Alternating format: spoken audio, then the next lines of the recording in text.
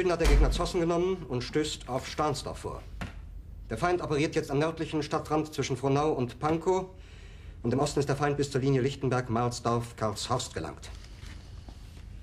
Mit dem Angriff Steiners wird das alles in Ordnung kommen. Mein Führer, Steiner konnte nicht genügend Kräfte für einen Angriff massieren. Der Angriff Steiner ist nicht erfolgt.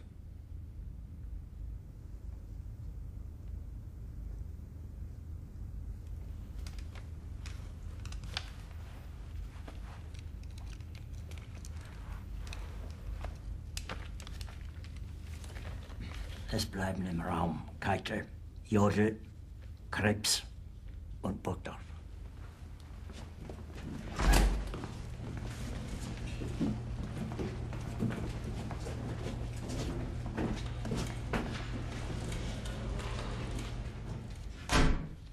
Das war ein Befehl!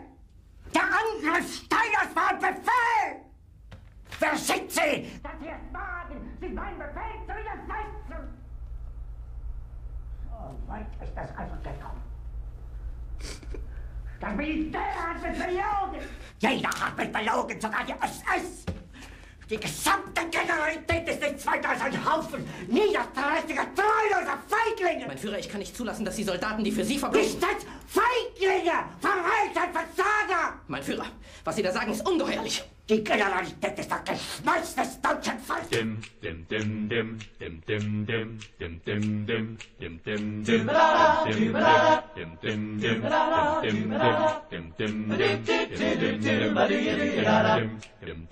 You know, you gotta sing, sing, sing, sing. Everybody's gotta swing.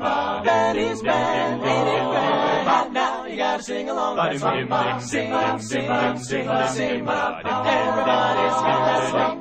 Betty's band, ain't it grand? Hot now, you gotta sing along that song.